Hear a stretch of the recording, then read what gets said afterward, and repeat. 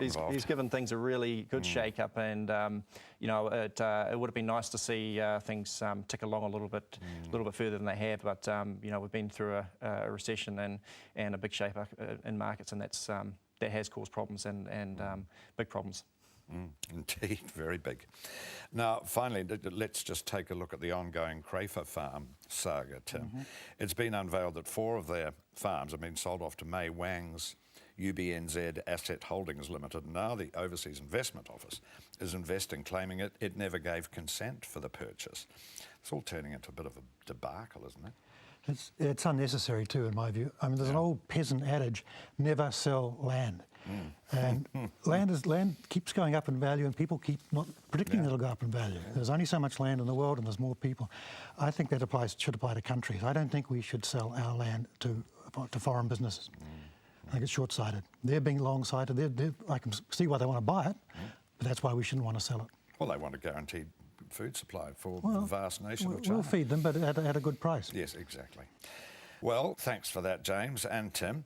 Up next, we take a look at what's in store over the next week.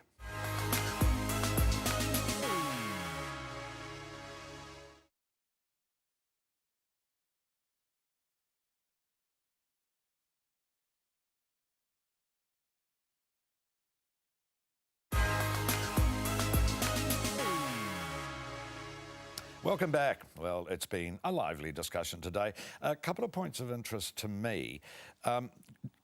Greece, James, what would have happened to that country if there hadn't been a bailout, if they'd simply been cut adrift like they did with Lehman Brothers?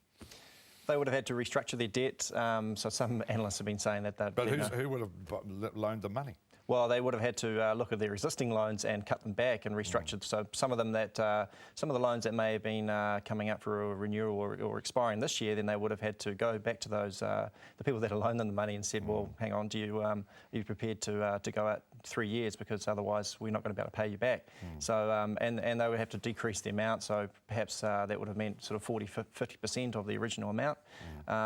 Things could have really got out of hand, and if the country can't get their hands on their money, then they can't pay their public workers and pay their compensation, and likely to see riots in the streets, which we've already seen. Yes. But, and starving in the streets, maybe. That's right, and there's a good chance that they might have been thrown out of the EU. So that could have had dire consequences for inflation and the economy long term. And for the EU as a political concept. That's right. And I wonder, really, as a spin-off from all this, with all the austerity and presumably price cutting, we can look forward to some cheap Greek holidays. Yeah, it depends on what currency you want to take. Yes, exactly. Maybe take some New Zealand dollars and it's a pity the old drachma's not still around. Yeah. That's right. Yeah, I mean, I guess that might be a bonus down the track. Yeah. And Tim, just looking at John Key's announcement on extra funding for R&D, who'll be deciding who gets what share of the lolly?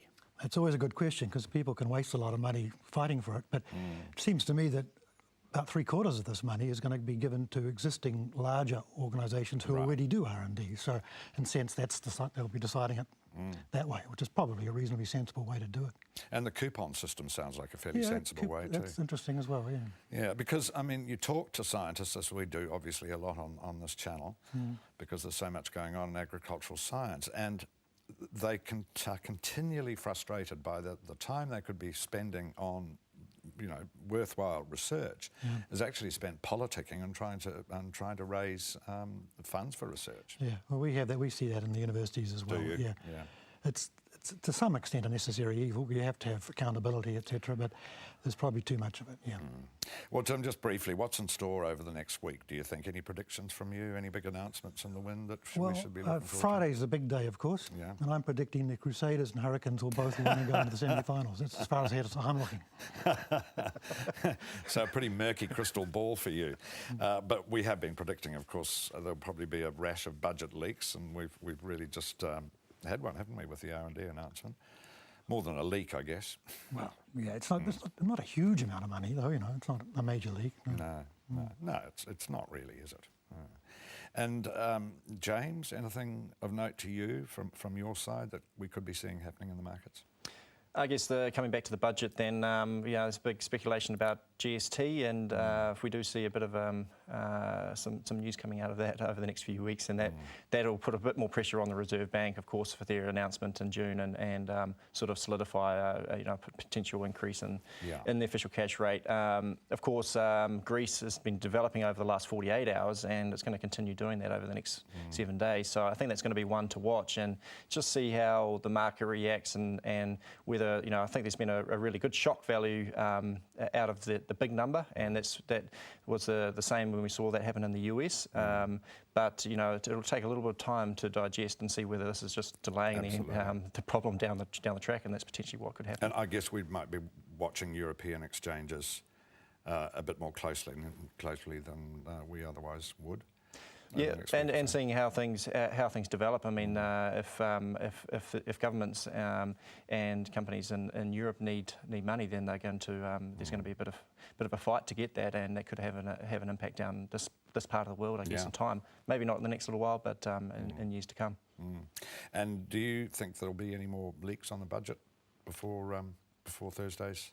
There generally sort of is here and there. Don't want to. We never know, but I suppose the government doesn't want to shock everyone on the day. So, it'll be interesting to see how that comes out. It will. Well, that's all we've got time for today. Thanks to my guests, rural economist James Shortall of ASB and economics professor Tim Hazledine from Auckland University.